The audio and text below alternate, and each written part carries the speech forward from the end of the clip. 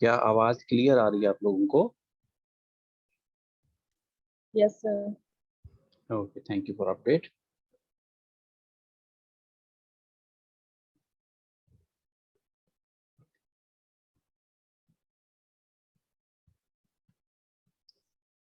I hope आप सब लोगों के पास बुक मौजूद होगी हार्ड फॉर्म में।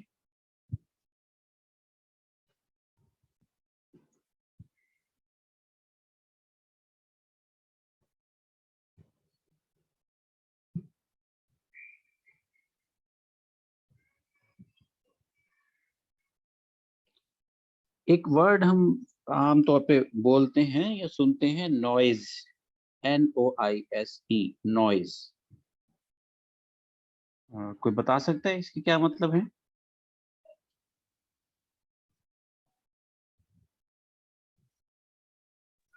Sure. शोर। Anyone else?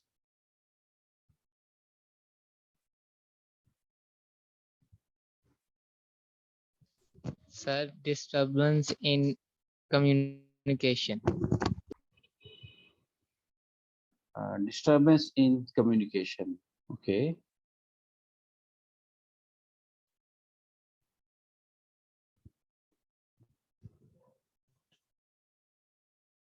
नॉइज आमतौर पे हम इसे शोर के मायने में लेते हैं,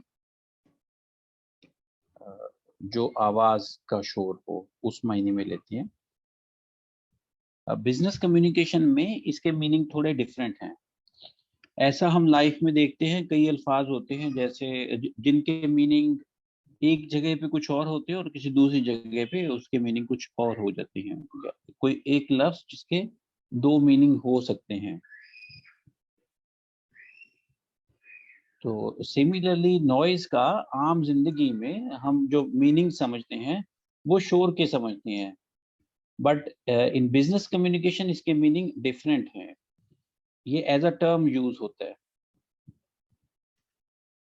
तो बिजनेस कम्युनिकेशन में if you could go to page number 10 please.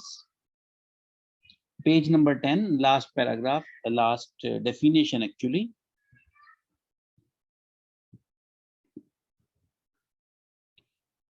Noise is any kind of interference that damages the actual message.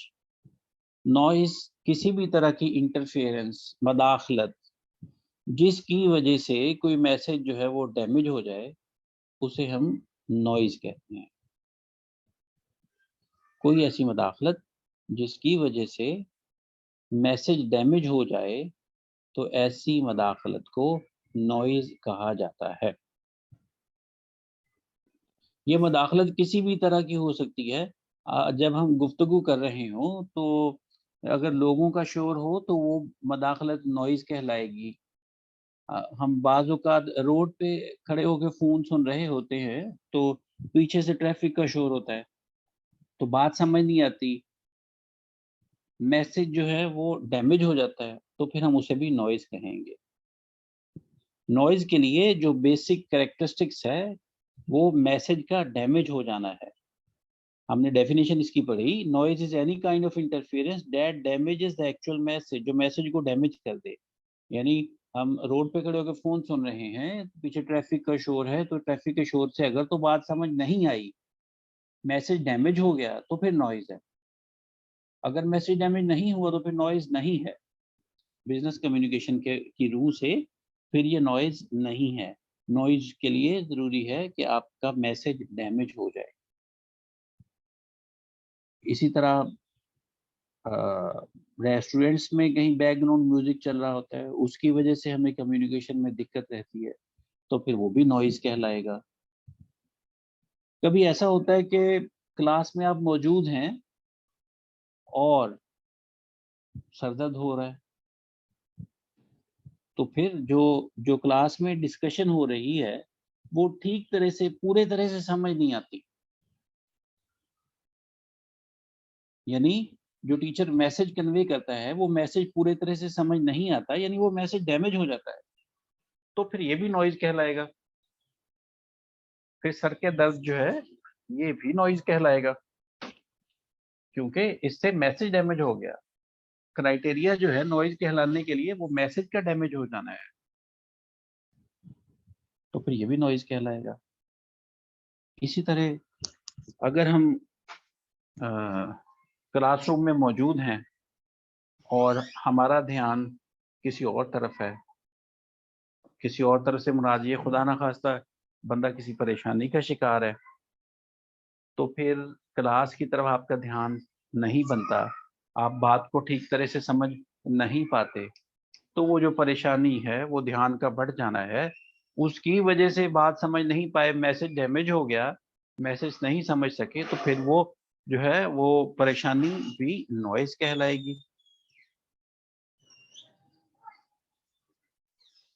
इसी तरह कोई वॉन्डरिंग ऑफ माइंड है, क्लासरूम में बैठे हैं या घर में बैठे हैं और किसी किसी के साथ कम्युनिकेशन में है या लेक्चर सुनने में है, और जो है कोई क्लासरूम में साथी टिक टिक कर रहा है पेंसिल से, जैसे हम लोगों की आदत होती है, तो उससे अगर आपका ध्यान भट गया और बात समझ नहीं आई, मैसेज डैमेज हो गया, तो फिर ये भी नॉइज कहलाएगा। इसी तरह ऐसा होता है कि जैसे बाज़ औक़ात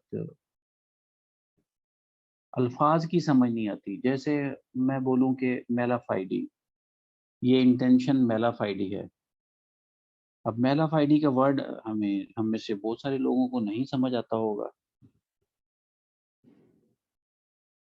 मेलाफाइडी का वर्ड हम में से बहुत सारे लोगों को नहीं समझ आता होगा, क्योंकि ये लॉ की टर्मिनोलॉजी है, कानून की टर्मिनोलॉजी है। तो फिर ये जो मेलाफाइडी का वर्ड है, जिसकी वजह से जो है आपका डिस्टरबेंस हुई, मैसेज डैमेज हुआ, बात समझ नहीं आई, तो फिर मेलाफाइडी का वर्ड भी एक नॉइज कहलाएगा।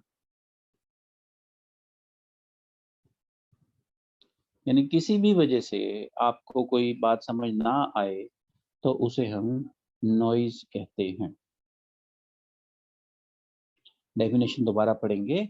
Noise is any kind of interference that damage the actual message, के जो एक्चुअल मैसेज को डैमेज करे कोई ऐसी चीज, तो उसे हम नॉइज कहते हैं। That is being Saint, that is being Saint जो लफ्ज है ये मैसेज के बारे में यूज हुआ, कि जो मैसेज भेजा गया और वो मैसेज डैमेज हो गया, सही हालत में रिसीवर को नहीं मिला, समझ नहीं सका रिसीवर उसे, तो फिर जिस वजह से, जिस मदाखलत की वजह से ऐसा हुआ, वो मदाखलत नॉइज कहलाएगी।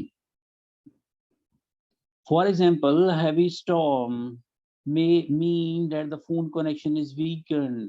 बाज़ औक़ात ऐसा होता है कि तेज बारिश, आंधी तूफान हो तो मोबाइल के सिग्नल वीक हो जाते हैं। and keeps breaking, so only part of the spoken words can be heard by the recipient। तो इस सूरत में कुछ अल्फाज हम सुन पाते हैं और कुछ नहीं सुन पाते, तो फिर ये हैवी स्टॉर्म जो है ये नॉइज कहलाएगा। बाज़ औक़ात ऐसा होता है कि सिग्नल वीक होते हैं, किसी एरिया में सिग्नल वीक होते हैं, या नेटवर्क पे लोड ज्यादा होता है जिसकी वजह से सिग्नल वीक होते हैं, तो ये भी जो है वो नॉइज कहलाएगा। Another example might be when watching a television program and the picture breaks up every time the electronic garage door is activated due to electromagnetic noise। यानी टेलीविजन पे कोई प्रोग्राम देख रहे हैं और आपके पास कोई इलेक्ट्रॉनिक गैराज के करीब है, जब जैसे इलेक्ट्रॉनिक गैराज ओपन होता है तो उससे जो है वो टेलीविजन की स्क्रीन वाइब्रेट कर जाती है। समटाइम्स ऐसे होता है हमारा मोबाइल एलसीडी के पास पड़ा होता है और मोबाइल पे कॉल आती है, तो वो इलेक्ट्रोमैग्नेटिक वेव्स की वजह से स्क्रीन भी ब्लिंक कर जाती है। अगर वो इतनी ब्लिंक कर गई कि आप जो देख रहे थे उसमें तात्तुल आ गया, वो सही तरह से देख नहीं पाए, तो फिर ये भी जो है नॉइज कहलाएगा। यहाँ तक देखिए, किसी को कोई बात समझ नहीं आई तो पूछ सकते हैं। एक आध मिनट में आप इसे रीड आउट कर लीजिए, अगर कोई बात समझ नहीं आई तो पूछ लें।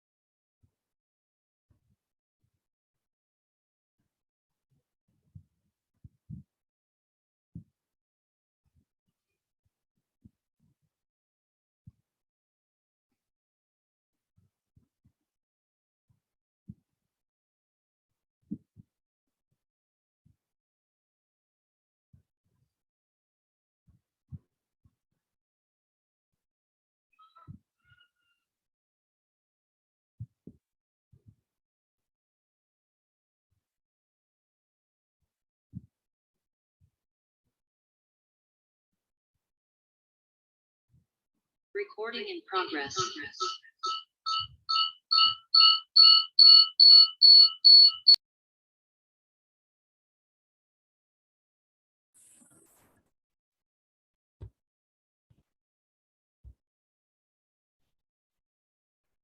जी स्टूडेंट्स, कोई क्वेश्चन यहाँ तक?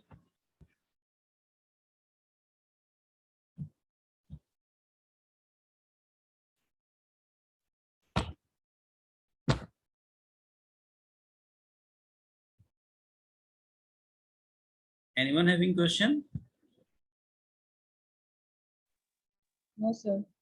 So I believe it's clear to everyone now.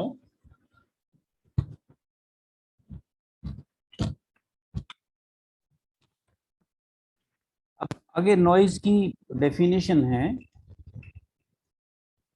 Sorry noise की टाइप्स हैं हमारे पास।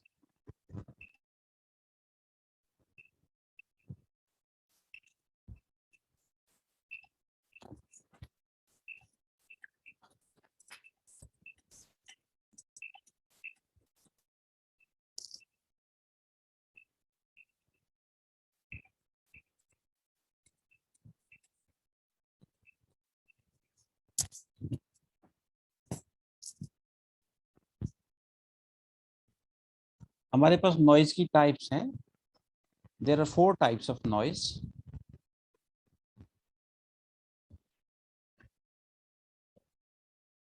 सबसे पहले कहता है physical noise. Physical noise is something external to the speaker and listener. Physical noise का मतलब कोई ऐसी चीज, कोई ऐसी सर्कमस्टेंसेस, कोई ऐसी इंटरफेरेंस जो नॉइज तो है, जिसने हमारे मैसेज को डैमेज तो किया, बात तो समझ नहीं आई, लेकिन ये external to speaker and listener है। External to speaker and listener का मतलब कि इसकी वजह ना स्पीकर है ना लिसनर है, कोई और वजह हो सकती है। इसका बायस स्पीकर या लिसनर दोनों में से कोई नहीं है, कोई और वजह है, कोई थर्ड पर्सन है, कोई थर्ड फोर्स है। यानी कोई ऐसी नॉइज जिसकी वजह कोई थर्ड फोर्स हो, उसे फिजिकल नॉइज कहा जाएगा। For example loud background music in restaurant. Restaurant में अगर बैकग्राउंड में लाउड म्यूजिक बज रहा है तो इसकी वजह ना तो स्पीकर है ना लिसनर है, और अगर इसकी वजह से मैसेज डैमेज हुआ, बात समझ नहीं आई, तो फिर ये फिजिकल नॉइज कहलाएगा। Extremely high temperatures. बाज़ औक़ात ऐसे होता है कि बहुत ज़्यादा गर्मी हो तो फिर जो है हमारी जो सेंसेस हैं वो पूरे तरीके से काम नहीं कर रहे होते, या बहुत ज़्यादा सर्दी हो तो सेंसेस पूरे तरीके से काम नहीं कर रहे होंगे, तो उससे भी बाज़ औक़ात समझ नहीं आती। अगर ऐसा हो तो फिर ये टू हाई टेम्परेचर या टू लो टेम्परेचर जो है ये भी नॉइज़ कहलाएंगे। और वेरी ब्राइट और डिम लाइटिंग, जैसे लाइटिंग बहुत डिम हो और हम कोई चीज़ को टेबल देख रहे हो, स्टडी कर रहे हो, तो फिर उस डिम लाइट की वजह से जो है वो बात समझ नहीं आ रही, मैसेज समझ नहीं आ रहा, तो ये नॉइज कहलाएगा। बाज़ औक़ात होता है कि लाइट ब्लिंक हो रही होती है, ब्लिंकिंग ऑफ लाइट होती है, तो उसकी वजह से हम किसी से कम्युनिकेशन कर रहे हैं तो उसमें तत्तुल आता है, डिस्टर्बेंस होती है, कन्फ्यूजन होती है, ध्यान बढ़ता है, तो बात समझ नहीं आ रही, तो वो ब्लिंकिंग ऑफ लाइट भी नॉइज कहलाएगा। और इसका बायस अगर स्पीकर या लिसनर नहीं है तो फिर इसे फिजिकल नॉइज कहा जाएगा। ये जैसे मैंने बताया क्लास में टिक टिक हो रही है, तो ना स्पीकर उसकी वजह है ना लिसनर उसकी वजह है, सवाए उसके जो टिक टिक कर रहा है, तो बाकी सारे लिसनर के लिए वो फिजिकल नॉइज कहलाएगी। क्लासरूम के बाहर शोर हो रहा है तो स्पीकर या लिसनर उसकी वजह नहीं है, तो ये फिजिकल नॉइज कहलाएगी। इसमें कोई क्वेश्चन कंफ्यूजन है तो पूछ लीजिए।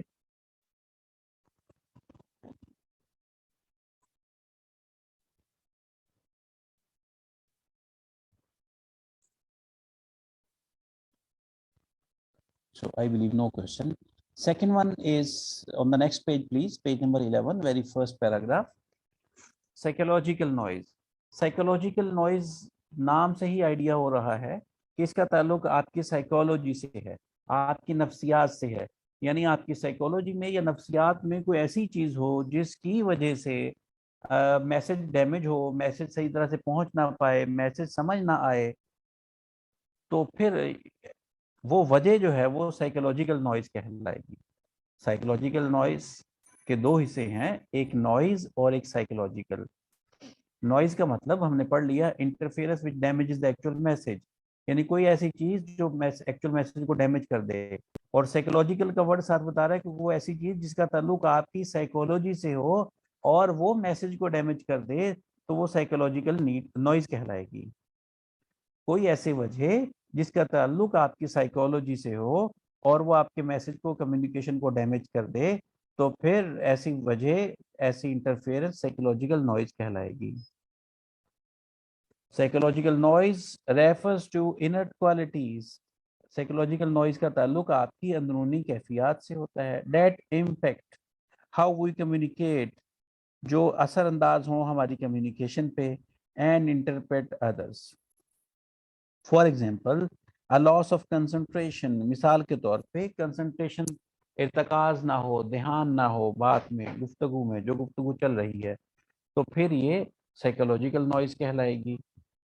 और वॉन्डरिंग ऑफ माइंड, ध्यान इधर उधर भटका हुआ हो, जैसे किसी को क्रिकेट में इंटरेस्ट है और T20 मैच चल रहा है और वो क्लास में,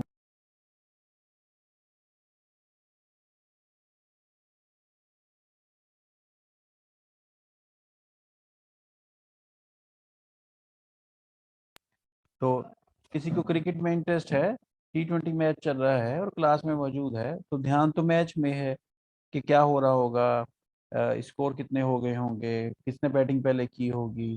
तो उस ध्यान की वजह से अगर बात समझ नहीं आ रही, ध्यान बटने की वजह से, तो इसका मतलब मैसेज तो डैमेज हो गया और उसकी वजह ध्यान ध्यान का बटना है, यानी वॉन्डिंग ऑफ माइंड है।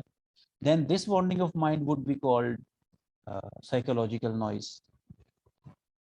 Pre occupation with the problem, खुदा ना खास्ता कोई प्रॉब्लम है और उसकी वजह से जहन पे दबाव है, तो फिर ये प्री ऑक्यूपेशन जो है ये साइकोलॉजिकल नॉइज है। और बैटलिंग विद प्रीजुडियस, प्रीजुडियस मतलब तासुब के मायने में आप कह सकते हैं कि बाज़ औक़ात किसी तासुब की वजह से भी हमें बात समझ नहीं आती। मैसेज जैसे भेजना चाहें, जैसा सेंडर ने मैसेज भेजा रिसीवर को वैसे महसूस नहीं होता, रिसीवर ने वैसे रिसीव नहीं किया, तो ये साइकोलॉजिकल नॉइज होगी। इसकी कोई कोई स्टूडेंट मुझे एग्जांपल दे सके, बैटलिंग विद प्रीजुडियस, यानी आप लड़ाई कर रहे हैं, आपके आप अपने आप से लड़ाई कर रहे हैं, अपने तासुब से लड़ाई कर रही हैं, जिसकी वजह से आपको बात समझ नहीं आती। क्या तासुब भी नॉइज बन सकता है? Can anyone give explanation, example?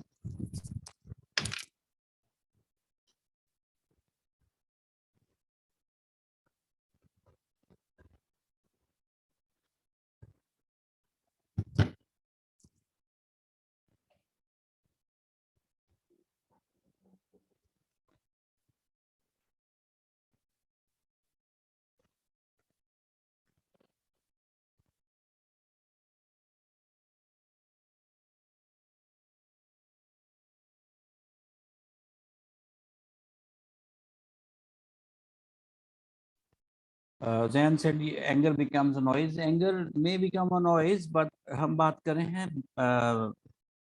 तासुब की, प्रिजुडियस होना, किसी चीज के बारे में आप पहले से ही आपके जहन में आइडिया होना।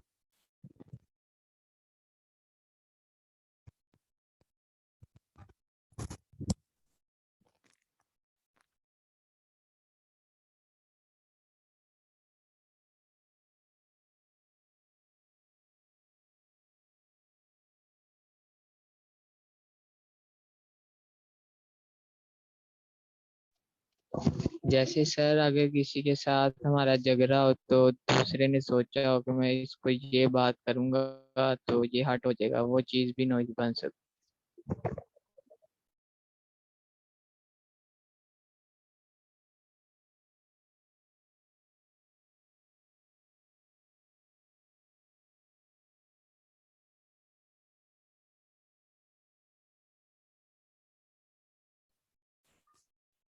देखें, ऐसा होता है कि हमारा पहले से ही किसी एक पॉइंट पे कोई ओपिनियन होता है, वो पॉइंट मजहबी भी हो सकता है। इसकी मिसाल मैं मजहब से देता हूँ कि किसी किसी मजहबी पॉइंट पे हमारा एक ओपिनियन होता है, डिफरेंट सेक्ट पाए जाते हैं, डिफरेंट डिफरेंट फिरके पाए जाते हैं। किसी एक इशू पे किसी एक फिरके का कोई कोई व्यू पॉइंट होता है, उससे वो एग्री करता है, और कोई दूसरा उससे इख्तलाफ कर रहा होता है। अब जो एग्री कर रहा है उसके साथ जब उस मौजू पे कोई बात की जाएगी, या वो उस मौजू पे कोई लेक्चर सुन रहा होगा या किसी की कोई खिताब सुन रहा होगा, तो उसके जहन में पहले से उस पॉइंट के बारे में एक राय मौजूद है। तो उस राय के खिलाफ वो बात सुन भी लेगा, लेकिन उस राय के खिलाफ जो बात हुई हो गई सुन ली, उसको इम्पोर्टेंस नहीं देगा, उसको अहमियत नहीं देगा। अपनी राय के खिलाफ उस पॉइंट को अहमियत नहीं देगा। हालांकि हो सकता है वो पॉइंट, वो राय, वो खिताब, वो बात ठीक हो और उसका अपनी राय जो है वो गलत हो, लेकिन हम उसको अहमियत इसलिए नहीं देते कि वो हम उसके बारे में प्रिजुडियस होते हैं।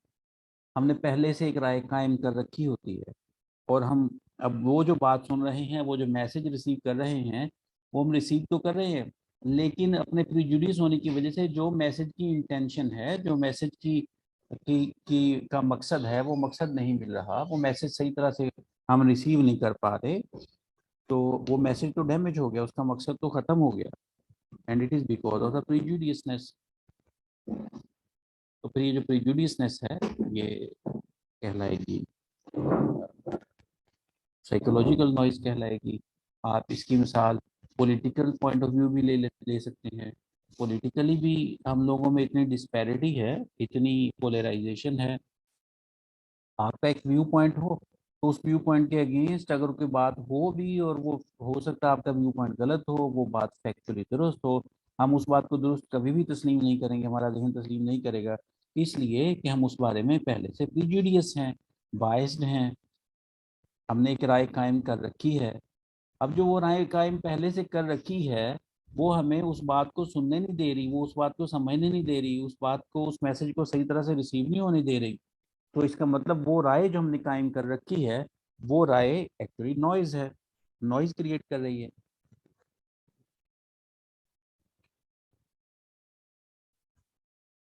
जी क्लियर है सबको? साइकोलॉजिकल नॉइज एक बार पढ़ लीजिए इसे, क्वेश्चन वो तो डिस्कस करेंगे।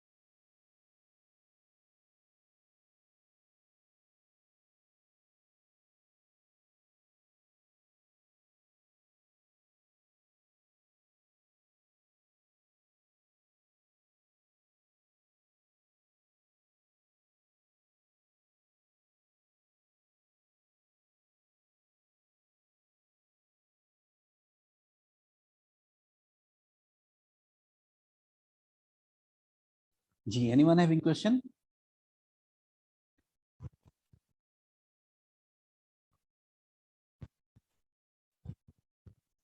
So I believe it's clear to everyone.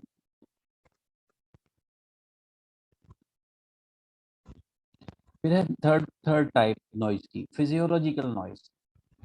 Physiological noise नाम से आइडिया हो रहा है जिसका ताल्लुक आपकी फिजियोलॉजी से हो, सेंडर की या रिसीवर की फिजियोलॉजी से हो, यानी सेंडर या रिसीवर को फिजिकली कोई ऐसा ऐसा प्रॉब्लम लाहक है जिसकी वजह से बात समझ नहीं आ रही, मैसेज सही तरह से रिसीव नहीं हो पा रहा, मैसेज समझ नहीं आ रहा।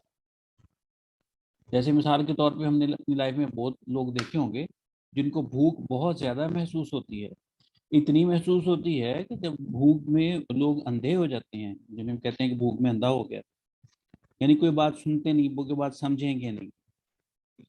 तो फिर अगर ऐसी कैफियत किसी पे तारी हो तो फिर भूख का लगना जो है, अगर उस वजह से बात समझ नहीं आई तो ये नॉइज कहलाएगा।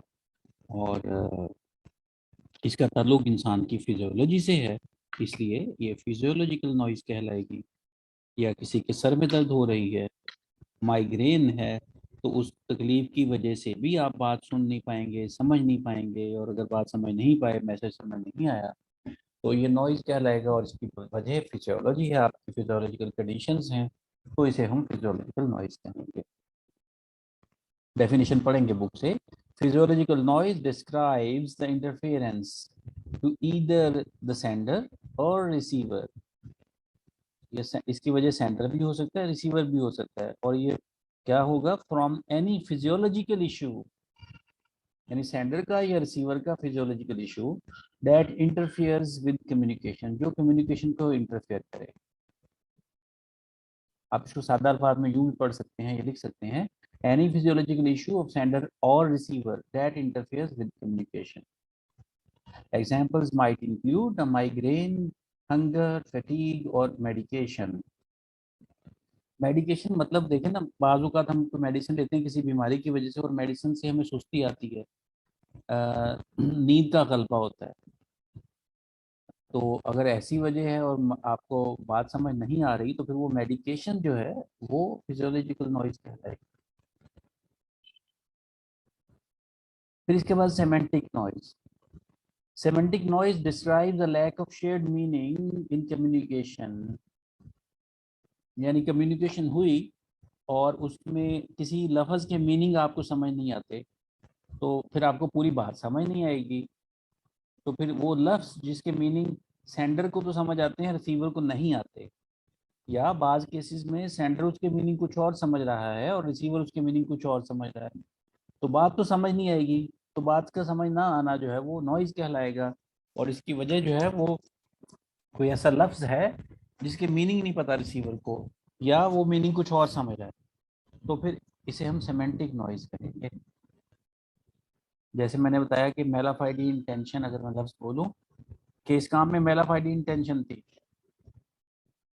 अब आपको इसके मायने भी समझ आ रहे हैं, काम के मायने भी समझ आ रहे हैं, मे के मायने भी समझ आ रहे हैं, इंटेंशन के मायने भी समझ आ रहे हैं, मेलाफाइडी लफ्ज़ के मायने समझ नहीं आते, जिसकी वजह से पूरा जुमला ही नहीं आप समझ पाएंगे, या अगर समझेंगे तो उसके गलत मीनिंग समझेंगे, क्योंकि ये जो मेलाफाइडी का वर्ड है इसके मीनिंग हम और आप शेयर नहीं कर पा रहे होंगे। यानी हमारे मेरे जहन में उसके मीनिंग कुछ और होंगे, आपके जहन में हो सकता है उसके मीनिंग ना ही हो, या आप उसका अंदाज़ा लगाने की कोशिश करें इसका क्या मतलब होगा। तो फिर अगर बात समझ नहीं आई तो फिर ये सेमेंटिक नॉइज होगी। जैसे जो लोग अकाउंटिंग के प्रोफेशन से, आप लोगों में अकाउंटिंग के प्रोफेशन से जो लोग बिलोंग करते होंगे, वो समझते होंगे कि प्रॉफिट रिकन्सिलिएशन क्या है, बैंक रिकन्सिलिएशन क्या है, सप्लायर्स रिकन्सिलिएशन क्या है, प्रॉफिट रिकॉग्निशन का क्या मतलब होता है, ये IAS क्या होते हैं, IFRS क्या होते हैं। तो जो अकाउंटिंग बैकग्राउंड से ताल्लुक़ रखते हैं वो लोग इस बात को समझेंगे। जिस बंदे का अकाउंटिंग बैकग्राउंड से ताल्लुक़ नहीं है, वो इन वर्ड्स के मीनिंग नहीं समझ पा रहा होगा, तो अगर उसके साथ ये बात की जाएगी तो उसके लिए ये सेमेंटिक नॉइस है। तो यहाँ पे वो ये कह रहा है कि लैक ऑफ शेयर्ड मीनिंग, जिसमें मीनिंग शेयर नहीं करते किसी लफ्ज़ के, किसी लफ्ज़ के मीनिंग सेंडर और रिसीवर शेयर नहीं करे, यानी सेंडर और समझ रहा है, रिसीवर और समझ रहा है, या सेंडर को मीनिंग समझ रहा है और रिसीवर मीनिंग नहीं समझ रहा, तो फिर ये सेमेंटिक नॉइज कहलाएगी। पेपर में एक पेपर आया था 2000 शायद 17-18 में कहीं पे, उसमें उसने एक एग्जांपल लिखी थी। मैं एग्जांपल वो आपको पढ़ के वो आपको एग्जांपल सुना रहा हूँ। उसने एग्जांपल लिखी थी कि एक इंटर्न ही एक इदारे में इंटर्नशिप के लिए गया। इंटर्नशिप के लिए जहाँ पे गया वहां पे उसके सीनियर ने उसे कहा कि get this document and fire it, ये डॉक्यूमेंट ले जाओ और इसे फायर कर दो। उस इंटर्नी ने उस डॉक्यूमेंट को लिया और उसे जाके आग लगा दी, क्योंकि फायर के मीनिंग वो आग समझता है। जबकि उस ऑर्गेनाइजेशन में फायर का मतलब फोटोकॉपी समझते थे वो लोग। उन्होंने इसका फोटोकॉपी का एक निक नेम रखा हुआ था, किसी वजह से रखा होगा। तो उसका सीनियर दोस्त जो कहा कि get the document and fire it, मतलब था इस डॉक्यूमेंट को जाके इसकी फोटोकॉपी करवा दो। अब जो जो जो रिसीवर था, जो इंटर्नी था, वो उसके जेहन में तो वही लफ्ज मीनिंग वही है जो आम लोग समझते हैं, यानी इसको आग लगा दो, उसने आग लगा दी। तो क्वेश्चन में उसने पूछा था ये बात बयान करके कि बिजनेस कम्युनिकेशन की टर्मिनोलॉजी में इस वाक्य को या इसकी रीजन को क्या बोलेंगे। And the answer was semantic noise. तो 2 नंबर का आंसर, उसमें 2 ही वर्ड थे, सेमेंटिक नॉइज, यानी उसमें फायर के मीनिंग वो शेयर नहीं करते थे सेंडर और receiver. This exists when words themselves are not mutually understood and can often arise in technical areas such as discussion with lawyers, medical professionals, accountants and scientists. इस पूरे topic को आप देख लीजिए 2-4 मिनट में, अगर क्वेश्चन हो तो फिर डिस्कस करेंगे। सेमेंटिक का नॉइज का डेफिनेशन और इसकी types. 2-3 minutes please.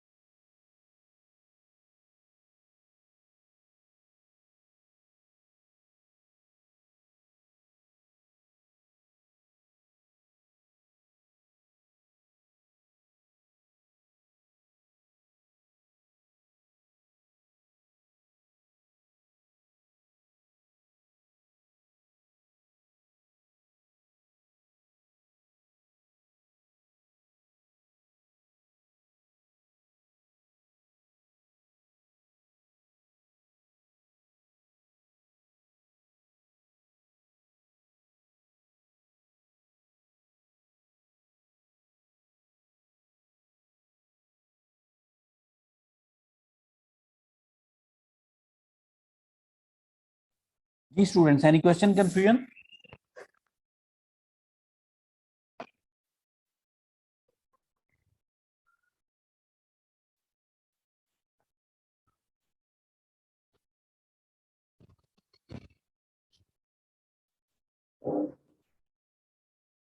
No question. So I believe it's clear to everyone. Noise clear हो गया। इस पे पेपर में 5 नंबर का क्वेश्चन पूछ सकते हैं, नॉइज एंड इट्स टाइप्स। तो हर पॉइंट के अगेंस्ट हम जो है वो 2 से 3 लाइनें लिखेंगे और 2 से 3 एग्जाम्पल्स लिखेंगे। यानी फिजिकल नॉइज के अगेंस्ट 2-3 लाइनें और 2-3 एग्जाम्पल, जैसे यहाँ लिख रखी है उसने, background music, extremely high temperature, blinking of light. इस तरह साइकोलॉजिकल नॉइज की डेफिनेशन और उसके अगेंस्ट 2-3 एग्जाम्पल्स। और हाँ, डेफिनेशन के बारे में मैं आप लोगों को पहले भी बता चुका कि हर डेफिनेशन में हम कोशिश करते हैं कोई की वर्ड्स याद कर लें जो लिखने लाजिम है, उनके बिना डेफिनेशन नामुकम्मल होगी, बाकी आप अपने पास लिख सकते हैं। तो फिजिकल नॉइज के में जो जो कीवर्ड्स हैं वो external to the speaker and listener हैं। अपनी बुक पे इसे मार्क कर लीजिए, external to the speaker and listener.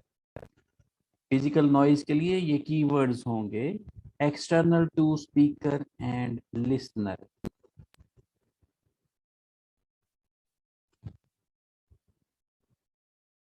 इसी तरह साइकोलॉजिकल नॉइज के लिए जो कीवर्ड्स होंगे refers to inert quality, refers to inert quality.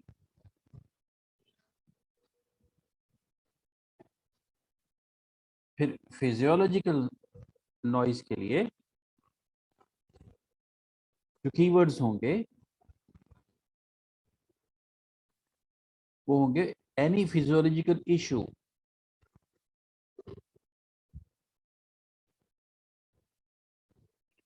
There is azan in the background. Please wait for a couple of minutes.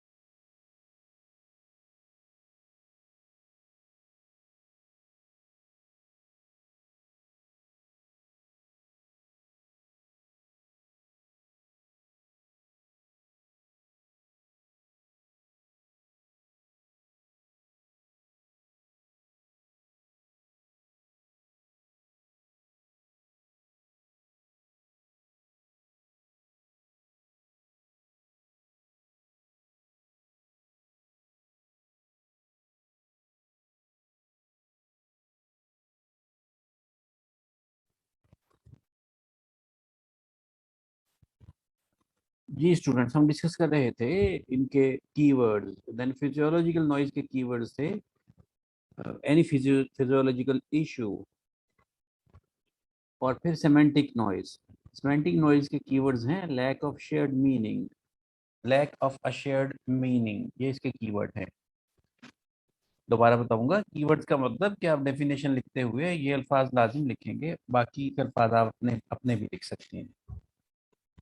अगर किसी डेफिनेशन में मैं आपको कीवर्ड्स मार्क करवाने भूल जाऊं तो मुझे याद करवा दीजिए, ताकि वो फिर आपको पता हो कि ये वाले जरूर रट्टा लगाने याद रखते हैं, बाकी आप अपने पास भी लिख सकते हैं। Anyone having any question?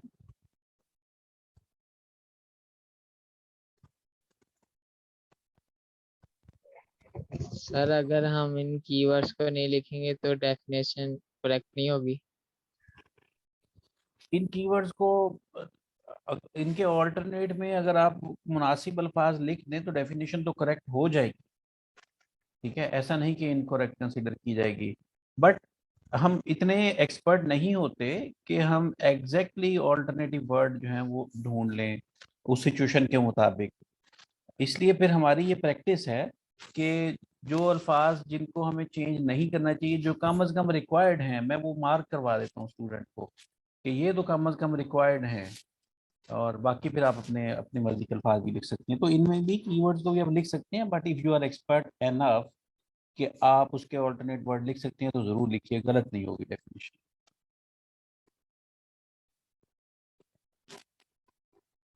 Clear है जी?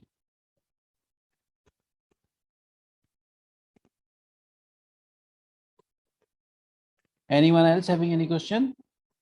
सर एक बात कहनी थी। जी बोलिए।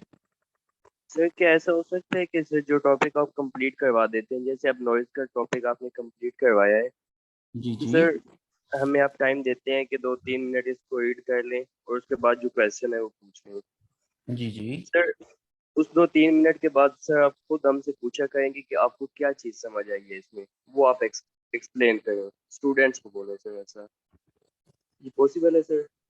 ये ये इम्पॉसिबल तो नहीं है, बट अभी डिफिकल्ट है, इसलिए कि हर स्टूडेंट का ना आईक्यू लेवल डिफरेंट होता है। कुछ लोग तो ऐसे होते हैं जो एक गो थ्रू में ही चीज को मेमोराइज कर लेते हैं और समझ भी लेते हैं। दो डिफरेंट चीजें हैं, समझ लेना और मेमोराइज कर लेना। अच्छा, कुछ लोग ऐसे होते हैं जो समझ तो लेते हैं, उन्हें मेमोराइज करने में और रिप्रोड्यूस करने में दिक्कत आती है, टाइम लगता है। अच्छा, कुछ लोग ऐसे होते हैं जो पढ़ के ही याद कर लेते हैं, कुछ लोग ऐसे होते हैं जो पढ़ के लिखने के बाद, हाथ से लिखने के बाद उन्हें याद होता है। मुझे भी व्हेन आई वो स्टूडेंट, मुझे भी यूँ लगता था कि मैं हाथ से लिखता हूँ तो मुझे याद होता है, तो मैं कोई भी चीज़ याद करता था तो उसे हाथ से उसके नोट समरी कुछ ना कुछ लिखा करता था। तो हर स्टूडेंट का आईक्यू लेवल जो है वो डिफरेंट है। हम ये कर सकते हैं कि जो कल पढ़ा उसको आज उसको डिस्कस कर लें, उसकी रिवीजन कर लें। ऐसा होता है कि जब चैप्टर कंप्लीट हो जाए या मिडिल ऑफ द चैप्टर भी समटाइम्स मैं उसकी रिवीजन करवा लेता हूँ, यानी स्टूडेंट से पूछ लेता हूँ, बाय नेम पूछ लेता हूँ कि इस टॉपिक में इस डेफिनेशन, इसकी डेफिनेशन क्या है, इसका मतलब क्या है। तो वो हम ऑन एंड ऑफ रिवीजन उसकी करते रहते हैं।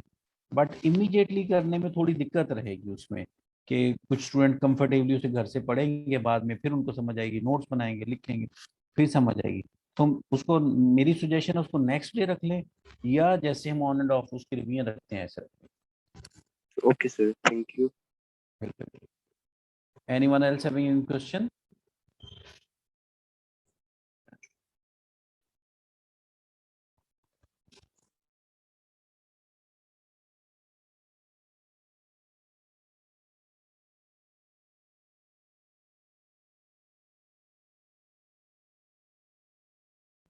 अच्छा जी, अब हमने कहा कि अगर कोई मैसेज डैमेज हो जाए, मैसेज का कुछ कुछ पार्ट डैमेज हो जाए तो वो नॉइज कहलाता है ना जी। कुछ पार्ट डैमेज हो जाए, जैसे हम फोन पे बात कर रहे हैं और एकदम पीछे किसी ने हॉर्न बजाया गाड़ी का, तो हमें उस हॉर्न से आगे और पीछे की बात तो समझ आ गई हॉर्न बजने से, लेकिन एग्जैक्टली जिस मोमेंट पे हॉर्न बजा वो लफ्ज, वो जुमला हमें समझ नहीं आया, या लफ्ज उस जुमले में से एक लफ्ज नहीं समझ आया जिसकी वजह से जुमला समझ नहीं आया, है ना, तो ये नॉइज कहलाएगा।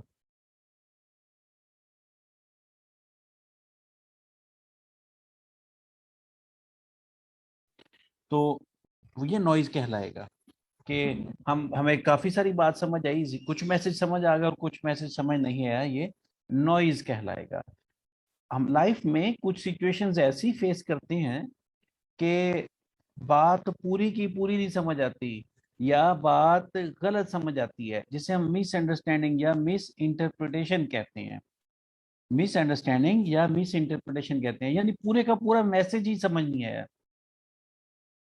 नॉइज में ऐसा होता है, मैसेज का एक पार्ट समझ नहीं आता, लेकिन कभी ऐसी सिचुएशन भी होती है जिसमें पूरा ही मैसेज समझ नहीं आता या पूरा मैसेज गलत समझ आता है। हम कहना कुछ और चाहते हैं, सुनने वाला लिसनर या रिसीवर उसे कुछ और समझ लेता है। जैसे कभी ऐसा होता है कि हम दोस्तों में, कजन्स में कोई मजाक में बात करें और बंदा सीरियस हो जाता है आगे से। कभी लाइफ में हर बंदे के साथ कभी ना कभी ऐसा वाकया हो चुका होता है कि मजाक में बात करें, दूसरा बंदा सीरियस हो जाता है। यानी हम कहते हैं कि यार आप तो सीरियस ही हो गए, मैंने तो मजाक में कहा था। यानी बात मजाक में थी, लेकिन दूसरे बंदे ने, रिसीवर ने, लिसनर ने उसे मिसअंडरस्टैंड किया, उसने उसको मजाक में नहीं समझा, उसने उसको एक सीरियस नोट पे लिया, तो मिसअंडरस्टैंडिंग क्रिएट हो गई। मिस इसे ये यानी इस मैसेज में एक जुमला नहीं खराब हुआ, एक वर्ड खराब नहीं हुआ, बल्कि पूरे का पूरा मैसेज गलत समझ लिया गया, उलट समझ लिया गया। मैसेज था एक फ्रेंडली नोट और उसे सीरियस नोट समझ लिया गया। तो ऐसी कैफियत को, ऐसी कंडीशन को हम डिस्टॉर्शन कहते हैं। डिस्टॉर्शन।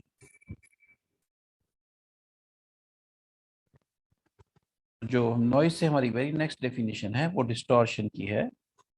अगर हम इसको पढ़ें बुक से, distortion and noise are often confused and referred to interchangeably as they both result in the same outcome, message not being fully understood by the recipient. However, where noise damages the message that is actually transmitted, meaning that only an incomplete message is received, यानी incomplete message receive हुआ या incomplete message समझ आया। Whereas distortion refers to the misinterpretation of a complete message. Distortion का मतलब पूरे के पूरे मैसेज का मिस इंटरप्रिटेशन है। तो डिस्टॉर्शन के जो कीवर्ड्स हैं वो रहेंगे miss interpretation of a complete message, यानी जो इस डेफिनेशन की रूह है, इस डेफिनेशन का कॉन्सेप्ट है, वो इसके कीवर्ड्स हैं miss interpretation of a complete message.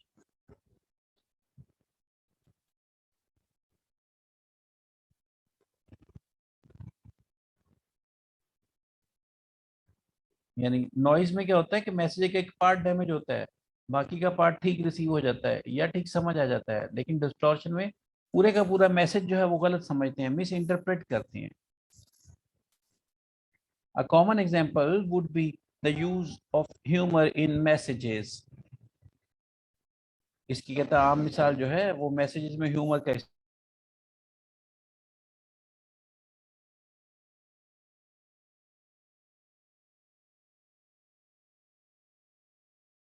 इसकी आम मिसाल ह्यूमर का इस्तेमाल है, which in the absence of visual signals.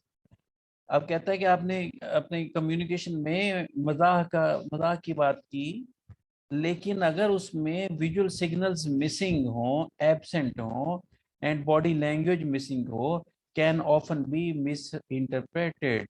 इसे गलत तशरीह किया जा सकता है, गलत समझा जा सकता है। विजुअल सिग्नल्स या बॉडी लैंग्वेज एब्सेंट का मतलब कि कभी हमें कोई बात मजाक में कर रहा हो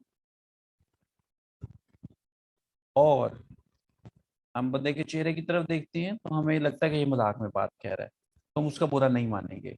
लेकिन अगर चेहरे के तासुरात जो है वो बात को ही सपोर्ट कर रहे होंगे तो हम कहेंगे ये सीरियस बात है, हम उसका बुरा भी मना सकते हैं।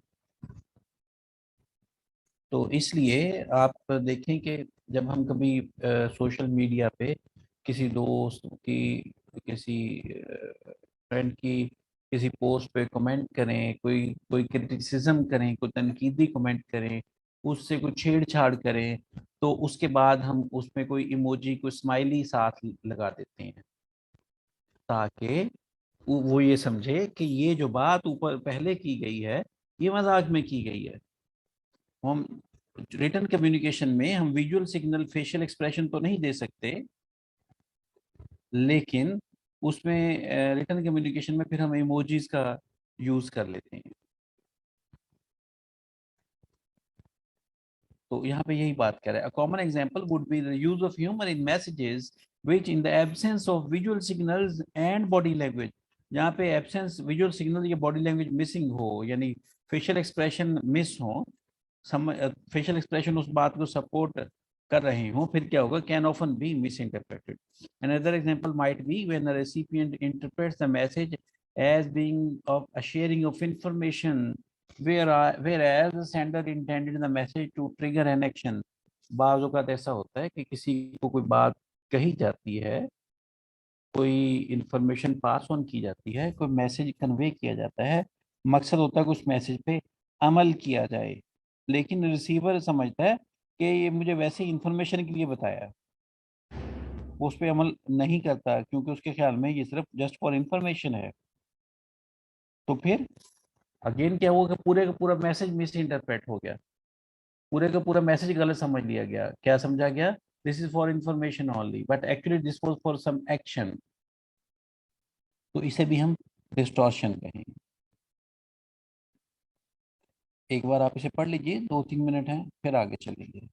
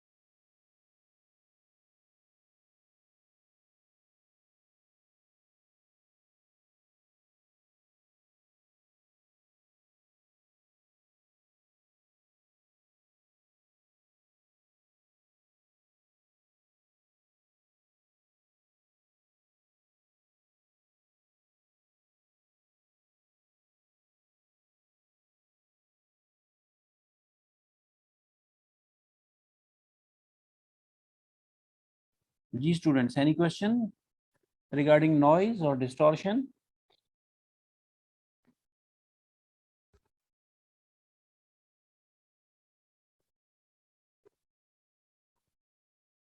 Okay, I believe no question at all. It's very clear to you guys. Let's move to next topic. If you guys could move to page number 13, please. Page number 13. Second paragraph, methods of communication, 2.3. Methods of communication.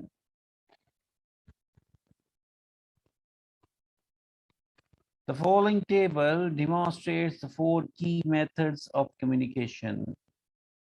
Number 1 is written. हमें सबको पता है कि written मतलब लिख के, अगर कोई कम्युनिकेशन लिख के की जाए, जैसे रिपोर्ट्स हैं, जैसे ईमेल्स हैं, जैसे लेटर्स हैं, जैसे एसएमएस हैं, ये सारी की सारी कम्युनिकेशन जो है ये रिटन कहलाएगी। फिर ऑरल कम्युनिकेशन, ऑरल मतलब जो जबान से जिसका ताल्लुक हो, बोल के की जाए, जैसे फेस टू फेस डिस्कशन, आपस में हम गुफ्तगू करते हैं, जैसे लेक्चर्स इन द क्लासरूम, जैसे ये हमारा ऑनलाइन लेक्चर, ये भी बोल के है, ये भी ओरल कम्युनिकेशन की एक किस्म है। जैसे टेलीफोन कन्वर्सेशन, फोन पे बात जो है, जैसे व्हाट्सएप कॉल, ये सारी की सारी जो है ये ओरल कम्युनिकेशन की एग्जांपल्स हैं। फिर विजुअल कम्युनिकेशन, विजुअल जो है उसका मतलब कोई चीज जिसका देखने से ताल्लुक हो, तो विजुअल का मतलब वो चीज जो देख के कम्युनिकेट की जाए, जैसे फेस टू फेस डिस्कशन में भी विजुअल कम्युनिकेशन में भी फॉल करता है। जैसे स्कूल कॉलेज में नोटिस बोर्ड है, वो विजुअल कम्युनिकेशन है। वीडियो कॉन्फ्रेंसिंग है, ये विजुअल कम्युनिकेशन है। जैसे एयरपोर्ट्स पे या रेलवे स्टेशन पे एक इंफॉर्मेशन के लिए इलेक्ट्रॉनिक बोर्ड लगा होता है जो बता रहा होता है फ्लाइट्स के आने जाने का टाइम, वो भी विजुअल कम्युनिकेशन है। The fourth one is pictorial communication. Pictorial का वर्ड पिक्चर से है, पिक्चर से, तो जैसे चार्ट्स, ड्राइंग्स, ग्राफ्स, ये सारे के सारे पिक्टोरियल कम्युनिकेशन की एग्जांपल्स हैं। तो 4 हमारे पास इसकी मेथड्स हैं कम्युनिकेशन के। पेपर में ये क्वेश्चन जो है 3 या 5 नंबर का आ सकता है। तो हमें क्या करना है कि चारों पॉइंट लिखने हैं और इनके अगेंस्ट एक एक लाइन की, 1 से 2 लाइन की एक्सप्लेनेशन लिखनी है अपने अल्फाज में, और इस हर हर मेथड की 2 से 3 एग्जांपल्स लिखनी है जो यहाँ पे लिख रखी है।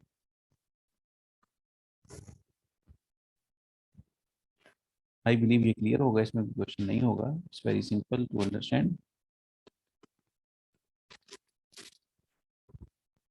फिर नेक्स्ट पेज पे हमारा एक टॉपिक है communication media, 2.4 communication media. Next page please.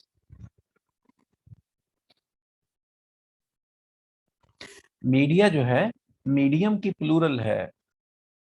Medium हम पढ़ चुके कि जिस जरिए से मैसेज कन्वे किया जाए वो मीडियम कहलाता है। और मीडियम जो जो तरीका कर इख्तियार करे उसे चैनल कहते हैं। मैं आपको याद दहानी के लिए बता देता हूँ कि हमने कहा था कि किसी को इनविटेशन कार्ड देना है, बर्थडे इनविटेशन कार्ड देना है, तो जो वर्ड जो जो मैसेज है वो बर्थडे का इनविटेशन है, जो कार्ड है वो मीडियम है, और कार्ड बाई कोरियर भेजेंगे तो कोरियर जो है वो चैनल है। यानी जो मैसेज जो शक्ल इख्तियार करेगा उस शक्ल को हम मीडियम कहते हैं, और वो शक्ल जिस जरिए से जाएगी उसे हम चैनल कहते हैं। तो मीडियम की प्लूरल जो है वो मीडिया कहलाती है। तो यहाँ पे हम कम्युनिकेशन मीडियम डिस्कस करेंगे। जैसे टेलीफोन एक मीडियम है, हमने बर्थडे इनविटेशन करना है, किसी को फोन कॉल करके इनविटेशन कर देंगे, तो हमने टेलीफोन कॉल, उस मैसेज ने, बर्थडे इनविटेशन ने टेलीफोन कॉल की शक्ल इख्तियार कर दी, तो टेलीफोन जो है ये मीडियम है। और जो टेली कम्युनिकेशन या जैज है, वारिद है, यूफोन है, ये हमारा जो है चैनल होगा। तो अब क्वेश्चन ये जो हम डिस्कस करने जा रहे हैं, ये कहता है कि when most appropriate to use medium.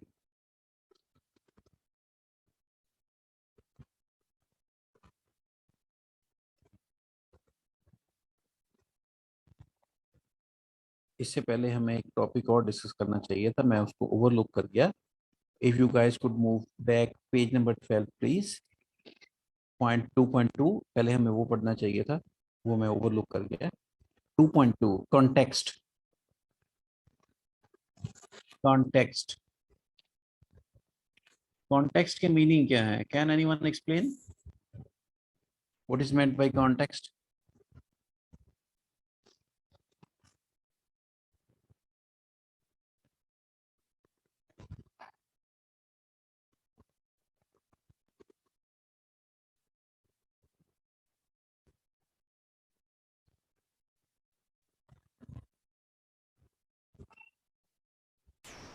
Way of communication.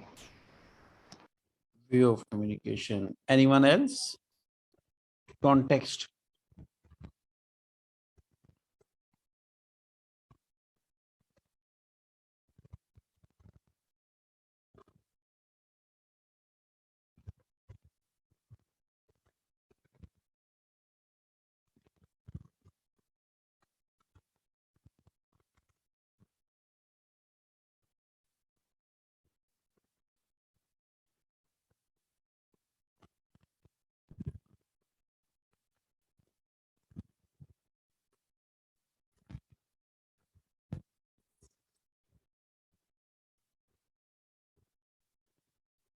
No one? Context को हम उर्दू में बोलें तो तनाजुर बोलते हैं। तनाजुर।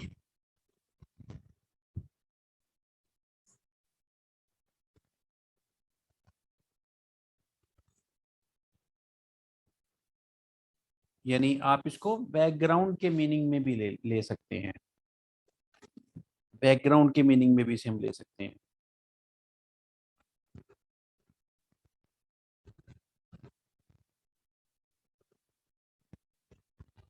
तो इसको पढ़ेंगे। The sender must appreciate the context in which they are communicating a message. यहाँ अप्रिशिएट जो है वो कंसिडर के मायने में ले रहा है, गौर करने के मायने में ले रहा है। तो कहता है कि सेंडर को कॉन्टेक्स्ट को भी मद्देनजर रखना चाहिए जब मैसेज कन्वे कर रहा हो। मैसेज का सेंडर जब मैसेज सेंड कर रहा हो तो उसे इस बात को मद्देनजर रखना चाहिए कि वो किस कॉन्टेक्स्ट, किस तनाजुर में, किस बैकग्राउंड में ये मैसेज कन्वे कर रहा है। In order to ensure they adopt the most appropriate way to communicate information, as well as considering whom the receiver is and the nature of the information being communicated.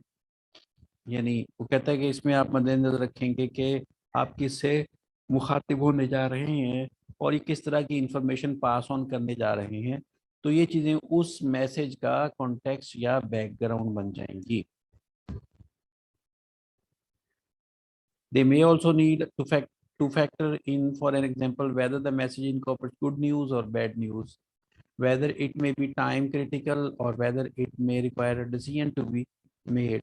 Context यानी तनाजुर जिसे हम कहते हैं, यानी उस मैसेज का background क्या है, उस मैसेज की बैकग्राउंड इंफॉर्मेशन क्या है, कौन किस तरह की इंफॉर्मेशन, जैसे इस मैसेज में किस तरह की खबर होने जा रही है, अच्छी खबर है, बुरी खबर है, किसको हम ये मैसेज करने जा रहे हैं, हम किस पोजीशन में ये मैसेज करने जा रहे हैं, जो रिसीवर है वो किस पोजीशन में है। तो वो कहता है कि जब आप मैसेज कन्वे करने जाएं तो आपको कॉन्टेक्स्ट को मद्देनजर रखना चाहिए। फिर आप अपना मैसेज ड्राफ्ट करें। फिर आपके जो मैसेज है उसकी टोन, उसका लबो लहजा कॉन्टेक्स्ट को मद्देनजर रखते हुए इख्तियार किया जाना चाहिए।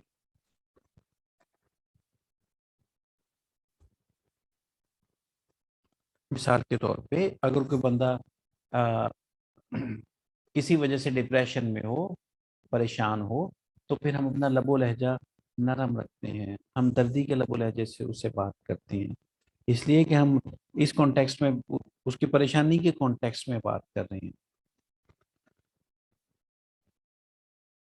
आमतौर पे हम अपने छोटों के साथ, अपने से छोटों के साथ मुखातिब होते हुए लहजे पे कोई बहुत ज़्यादा गौर व फिक्र नहीं करते, थोड़े रूड लहजे में भी बात कर लेते हैं, थोड़े आप सख्त लहजे में भी बात कर लेते हैं, कैजुअल लहजे में भी बात कर लेते हैं, तहकुमाना लहजे में भी बात कर लेते हैं। लेकिन कभी ऐसा हो कि आपको उससे कोई फेवर चाहिए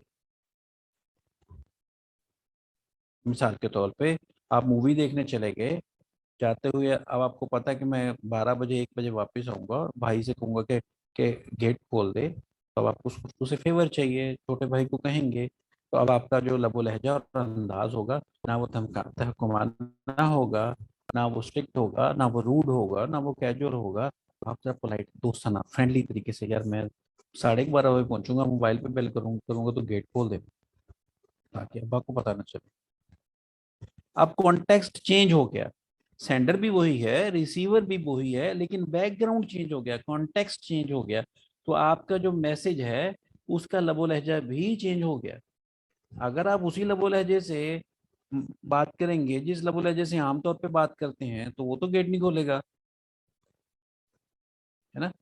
तो हम लाशऊरी तौर पे कॉन्टेक्स्ट को फॉलो करते हैं, अगरचे हमने ये कॉन्टेक्स्ट को एज अ पॉइंट, ऐसा सब्जेक्ट स्टडी नहीं किया आज से पहले, लेकिन कॉमन सेंस को हमारी जो है वो कॉन्टेक्स्ट को फॉलो करती है, हम ऑलरेडी इसको फॉलो कर रहे होते हैं, लेकिन यहाँ पे हम इसको एज अ टॉपिक पढ़ लेंगे कि आपका कम्युनिकेशन का मीडियम, आपका लबो लहजा, आपकी टोन जो है आप वो कॉन्टेक्स्ट के मुताबिक होनी चाहिए। यहाँ पे हम ये सीखेंगे इस टॉपिक में।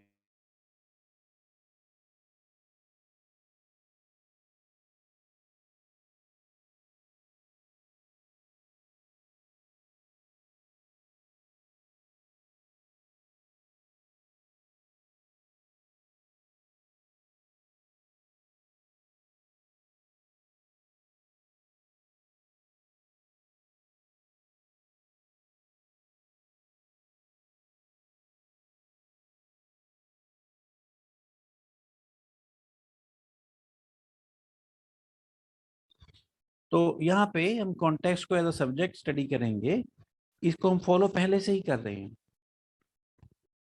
जैसे देखे ना, एक एग्जांपल हमने पहले भी डिस्कस की थी कि अगर खुदा ना खास्ता कहीं आग लग जाए, फायर इंसिडेंस हो, तो हमें क्या करना चाहिए, लेटर लिखना चाहिए फायर टेंडर को, ईमेल करना चाहिए, कोई बंदा पर्सनली उसको फायर टेंडर को लेने चला जाएगा? नो, हम कहेंगे कि this is sense of urgency, उसको फोन कॉल करना चाहिए, एसएमएस भी नहीं करेंगे कि पता नहीं वो पढ़े ना पढ़े, व्हाट्सएप भी नहीं करेंगे, उसको फोन कॉल करेंगे ताकि वो फोन सुन ले और हमें भी पता चल जाए फोन अटेंड कर ली गई है। तो अब वही फायर टेंडर पे जो बंदा बैठा हुआ है, वो आपका दोस्त भी है, आपका कोई जानने वाला भी है, आप उसको आम तौर पे अगर उससे मुखातिब हो, कोई बात करना हो, तो हो सकता है आप उसको एसएमएस भी कर दें, हो सकता है आप उसको ईमेल भी कर दें, हो सकता है आप उसको कोई वॉइस मैसेज भी ड्रॉप कर दें। अब उसी बंदे को आपका ही जानने वाला है, फायर टेंडर में जॉब है उसकी, वहीं पे जॉब कर रहा है, आप उसको अगर फायर इंसिडेंस की इतला देंगे तो आप उसको फोन कॉल करेंगे, यानी कॉन्टेक्स्ट जो है अब फायर इंसिडेंस का है, उसका बैकग्राउंड जो फायर इंसिडेंस का है, तो आपने अपने मीडियम को, उसको मैसेज देने का जो जरिया इख्तियार किया, उसको आपने चेंज कर लिया according to the context, according to the background. जी, यहाँ तक कोई क्वेश्चन किसी का तो पूछे, फिर आगे चलेंगे।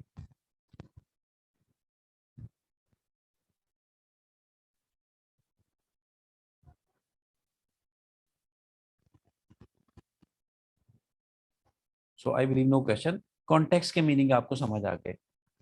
तो कॉन्टेक्स्ट यहाँ हम क्यों पढ़ रहे हैं कि कॉन्टेक्स्ट के मुताबिक हमने अपना मीडियम ऑफ कम्युनिकेशन, कम्युनिकेशन का जरिया जो है वो हमने सिलेक्ट करना होता है। पहले भी हम ऐसे करते आते हैं लाइफ में, लेकिन हमने पहले कभी इसको पढ़ा नहीं था, पढ़ेंगे तो जब पढ़ेंगे तो हम इसके बारे में ज्यादा कॉशियस होंगे, ज्यादा मुहतात होंगे, ज्यादा सीख लेंगे और ज्यादा सूटेबल मीडियम अडॉप्ट करेंगे फ्यूचर में अपनी लाइफ में। तो अब कहता है कॉन्टेक्स्ट में हमें कौन कौन सी बातों को मद्देनजर रखना चाहिए, वो 4 पॉइंट हैं। पहला है formal versus informal. Formal versus informal communication को हम दो तरह से देख सकते हैं, फॉर्मल कम्युनिकेशन है या इनफॉर्मल। फॉर्मल का मतलब है ऑफिशियल सी कम्युनिकेशन, और इनफॉर्मल का मतलब है नॉन ऑफिशियल कम्युनिकेशन, जो आप अपनी पर्सनल कैपेसिटी में, जाती हैसियत में करें, उसे इनफॉर्मल कहते हैं। और फॉर्मल वो होता है जो आप अपनी जाती हैसियत में ना करें, बल्कि आप किसी किसी ऑफिशियल कैपेसिटी में करें, जॉब की हैसियत में, बिजनेस की, कारोबार की हैसियत में करें। तो उसे हम फॉर्मल कम्युनिकेशन कहते हैं। तो हम जब भी कम्युनिकेशन करें तो हमें हमें अपने बैकग्राउंड को मद्देनजर रखना होता है, कॉन्टेक्स्ट को मद्देनजर रखना होता है। उस कॉन्टेक्स्ट में एक पहलू ये भी है कि क्या ये फॉर्मल कम्युनिकेशन है या इनफॉर्मल कम्युनिकेशन है। तो अगर फॉर्मल कम्युनिकेशन हो तो उसके जराए हम फॉर्मल अडॉप्ट करते हैं, और इनफॉर्मल कम्युनिकेशन के जराए इनफॉर्मल होते हैं। मिसाल के तौर पे पिफा का एग्जामिनेशन शेड्यूल आ गया और आपने नहीं देखा, आपका दोस्त आपको कम्युनिकेट करेगा कि भाई बिजनेस कम्युनिकेशन का पेपर जो है वो 6 नवंबर को है, सुबह 9 से 12 बजे तक। इन्फॉर्मेशन क्या है? बिजनेस कम्युनिकेशन का पेपर कब होना है, ये इन्फॉर्मेशन है। तो आपका दोस्त, आपका कोई कोलीग, आपका कोई अजीज आपको कम्युनिकेट करेगा तो वो फोन कॉल का मीडियम अडॉप्ट कर सकता है, क्योंकि ये इनफॉर्मल कम्युनिकेशन है। लेकिन अगर फिफा का एग्जामिनेशन डिपार्टमेंट आपको कम्युनिकेट करता है तो क्या फोन कॉल का मीडियम अडॉप्ट करेगा? नो, वो आपको रोल नंबर स्लिप इशू करेंगे, एग्जामिनेशन शेड्यूल इशू करेंगे, पिफा की वेबसाइट पे इशू करेंगे, पिफा के इंस्टीट्यूट्स में वाइट बोर्ड पे लगाएंगे। यानी जो फॉर्मल कम्युनिकेशन है वाइट बोर्ड का, जो फॉर्मल कम्युनिकेशन है ईमेल का, जो फॉर्मल कम्युनिकेशन है वेबसाइट पे अपलोड करने का, जो फॉर्मल वे ऑफ कम्युनिकेशन है आपको रोल नंबर स्लिप सेंड करने का या by courier examination schedule send करने का, वो मीन्स अडॉप्ट करेंगे। मैसेज क्या है? बिजनेस कम्युनिकेशन का पेपर कब है। अब बिजनेस कम्युनिकेशन का पेपर जो है, मैसेज एक ही है, एक फ्रेंड सेंड करेगा वो मैसेज तो मीडियम फोन कॉल, अगर पिफा सेंड करेगा वो सेम ही मैसेज तो मीडियम ईमेल, वेबसाइट, कोरियर। तो मीडियम डिफरेंट हो गया सेम मैसेज के लिए। वजह, पिफा के लिए वो कम्युनिकेशन फॉर्मल है, दोस्त के लिए वो कम्युनिकेशन इनफॉर्मल है। तो कहता है कि आप ये बात को मद्देनजर रखेंगे कि कम्युनिकेशन फॉर्मल है या इनफॉर्मल, इसको मद्देनजर रखते हुए आपने अपना कम्युनिकेशन का जो है मीडियम सेलेक्ट करना है। हम पढ़ क्या रहे हैं कि कम्युनिकेशन का मीडियम सेलेक्ट करते हुए हमें कॉन्टेक्स्ट को, तनाजुर को, किस तनाजुर में गुफ्तगू हो रही है, किस बैकग्राउंड में हो रही है, उसको मद्देनजर रखना है। उस बैकग्राउंड या तनाजुर के लिए 4 पहलू हैं। पहला पहलू है फॉर्मल या इनफॉर्मल का। तो फॉर्मल हो तो हमें हमें किस तरह का मीडियम अडॉप्ट करना है, इनफॉर्मल में क्या मीडियम अडॉप्ट करना है, पढ़ेंगे इसे एक बार बुक से। Formal communication include contracts, business letters and reports, whereas informal communication include telephone calls and face-to-face discussion. Consider the difference between how you communicate with your family and friends, यानी ये informal हो गया, compared to how you might communicate with a client or supplier in a workplace, ये formal communication हो गया। ये उसने दोनों की डेफिनेशन भी कर दी और ऊपर उनके जो एग्जांपल्स भी दे दी।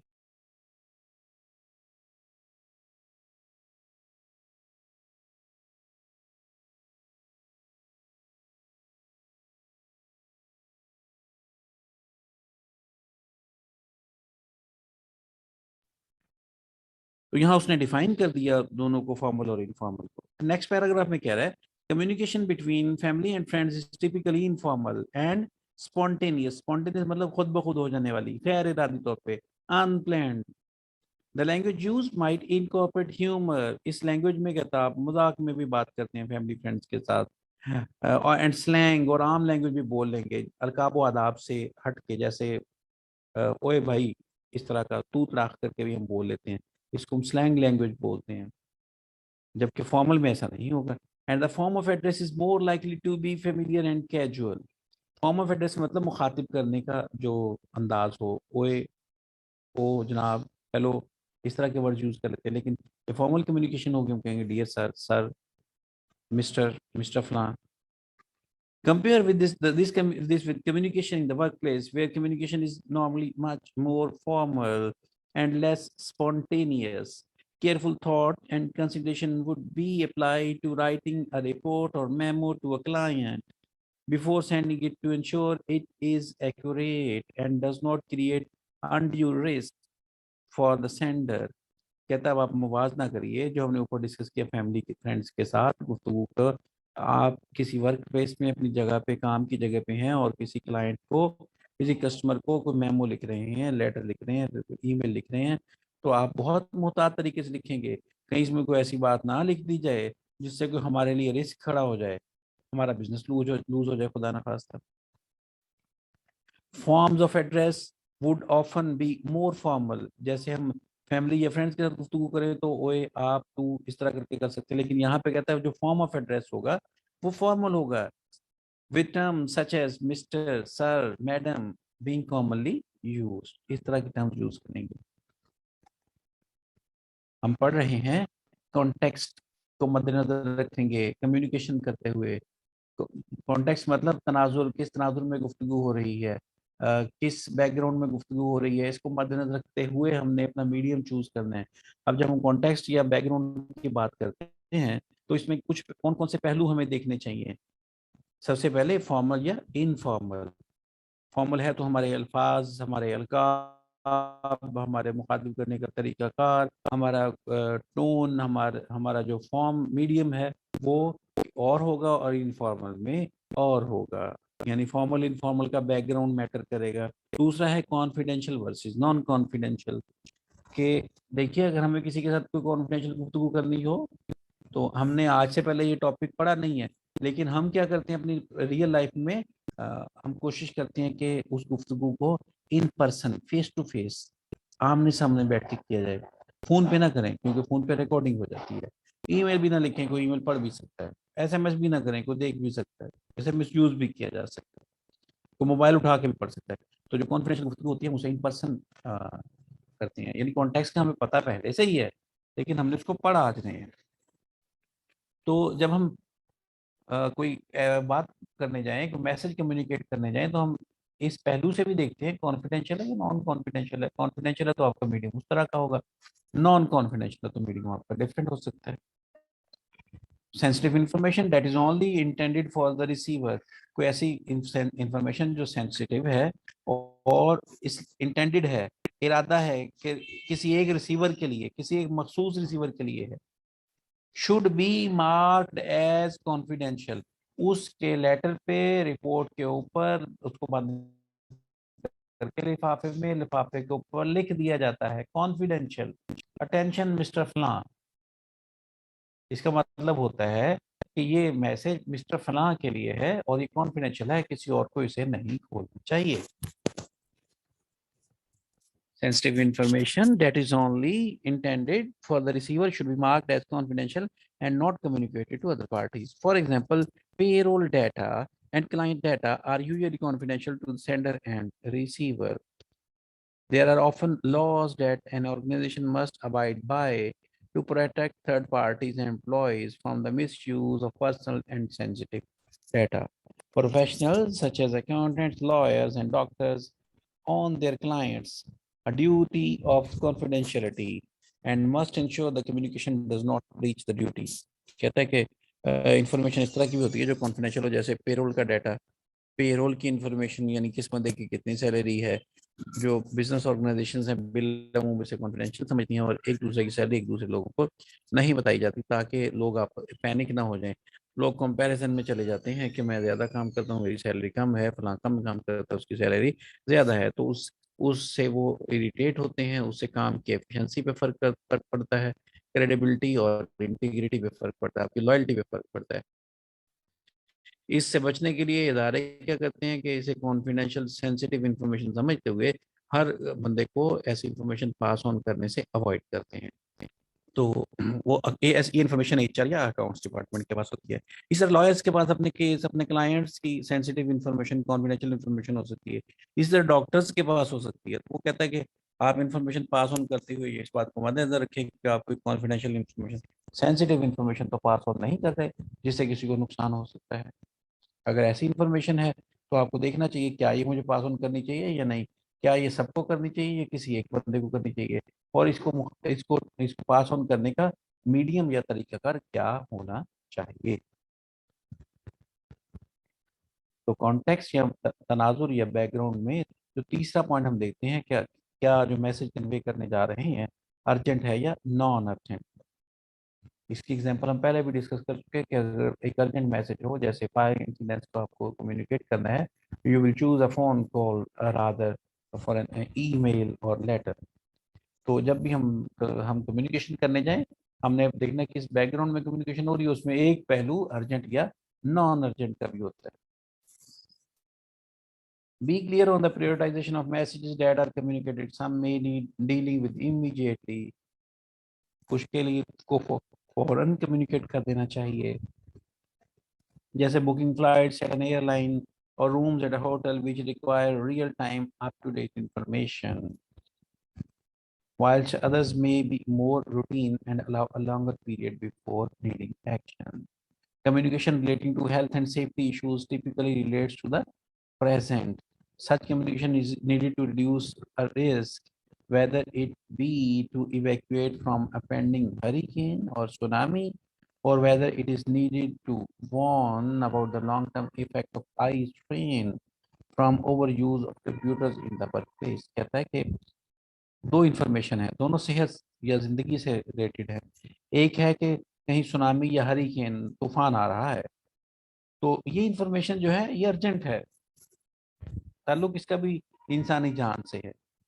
एक दूसरी इंफॉर्मेशन है कि आप लंबा अरसा अगर कंप्यूटर इस्तेमाल करेंगे तो इससे आई स्ट्रेन हो सकता है इसका ताल्लुक भी इस इंफॉर्मेशन का भी इंसानी जान से है। दोनों इंफॉर्मेशन का ताल्लुक इंसानी जान से है, लेकिन जो सुनामी की वार्निंग है ये अर्जेंट है। और अगर कंप्यूटर का ज़्यादा इस्तेमाल से आंख पे बुरे असर पड़ते हैं, इसकी कोई अर्जेंट कम्युनिकेशन नहीं है। तो ये जो आई स्ट्रेन की कम्युनिकेशन है, इसको आप किसी आर्टिकल में भी प्रोवाइड कर सकते हैं जनरल पब्लिक को। आप इसको किसी वेबसाइट वेबलॉग में भी बता सकते हैं, किसी टीवी पे भी प्रोग्राम पेश किया जा सकता है। लेकिन जो इंफॉर्मेशन होगी हरिकेन की या सुनामी की, उस पे फौरन अलर्ट जारी किया जाता है, उस पे टीवीज पे या उसको जो डिजास्टर मैनेजमेंट अथॉरिटीज हैं उसको फौरन कम्युनिकेट करती हैं। जो जो सी साइड के एरियाज होते हैं, बीच के एरियाज होते हैं, वहाँ पे वार्निंग के लिए मेगाफोन भी यूज़ किए जाते हैं, फ्लैग्स भी यूज़ किए जाते हैं, रेड फ्लैग्स बुलंद कर देते हैं। इसका मतलब होता है कि कोई सुनामी हरिकेन की वार्निंग है, लोगों को यहाँ से इवैक्यूएट हो जाना चाहिए।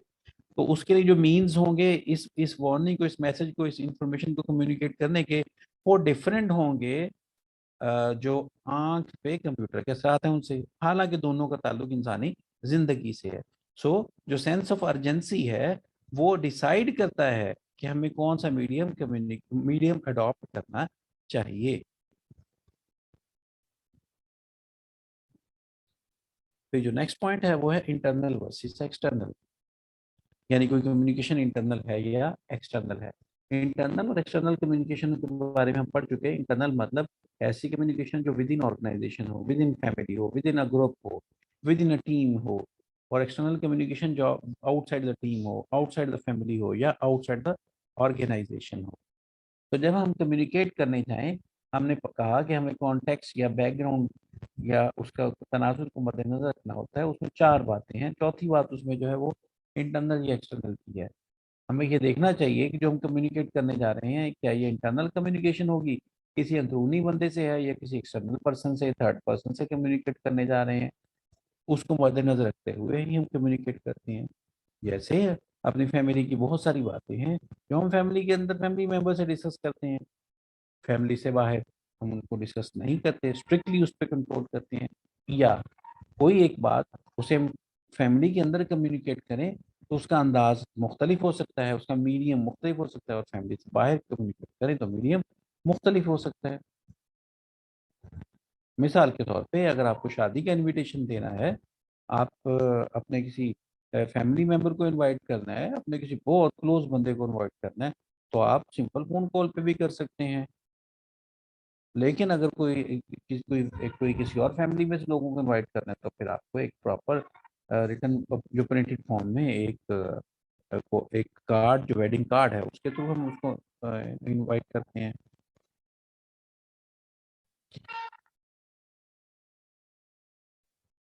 Meetings, memoranda, and notices are typically more appropriate for internal communication. Internal communication के लिए कहता है आप मीटिंग्स कर सकते हैं, मेमोरेंडा यूज करते हैं। ये मेमोरेंडा क्या होता है इसे हम लेटर ऑन थोड़ा डिटेल में पढ़ेंगे। नोटिसेस इशू करते हैं।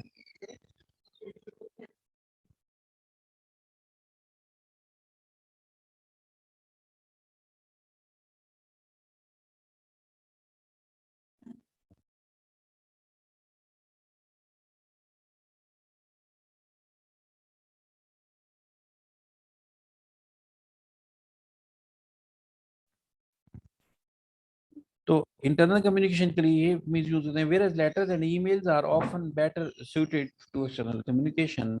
However, there is overlap between how the same channel can be applied to both and internal and external communication by adjusting, for example, the language and tone. आप इसे देख लीजिए, 3-4 minute हैं इस टॉपिक को, इसमें कोई क्वेश्चन कंफ्यूजन हो तो फिर मैं उसको एक्सप्लेन करूंगा। It's a bit boring topic, तो आप इसको एक बार पढ़ लें, ताकि अगर कोई क्वेश्चन कंफ्यूजन हो तो पूछ लीजिएगा।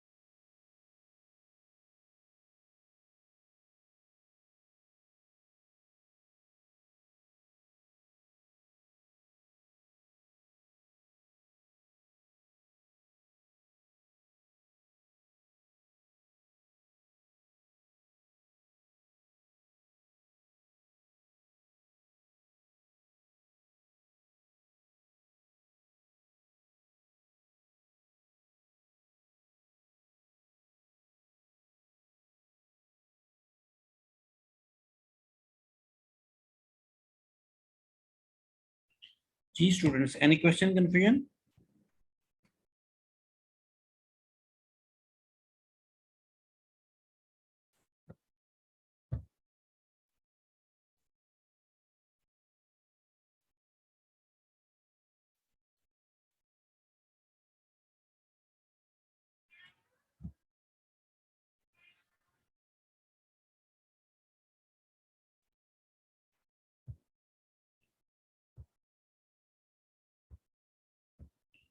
So I believe it's clear to everyone. आज की डिस्कशन में किसी टॉपिक में कोई question confusion? Methods of communication है, नॉइज है, डिस्टॉर्शन है।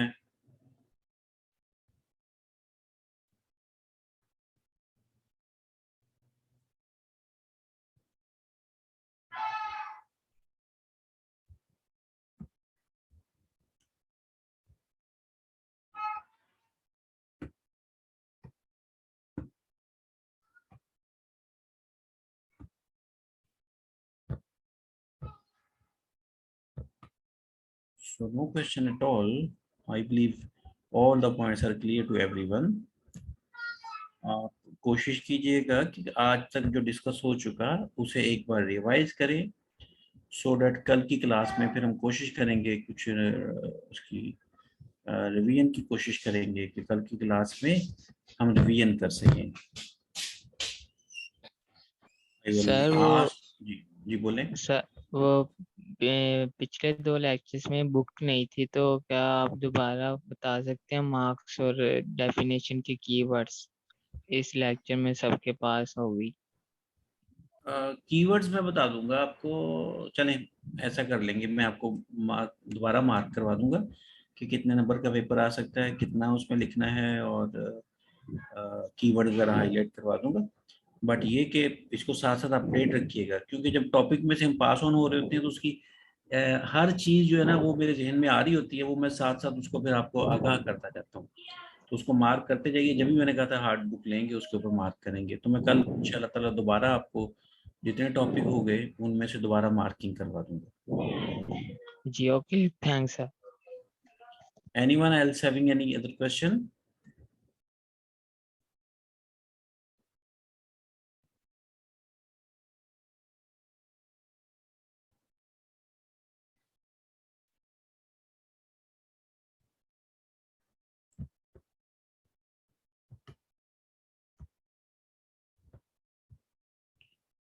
So no more question. That's all for today. See you on tomorrow, inshallah. Take care of yourself and Allah Hafiz.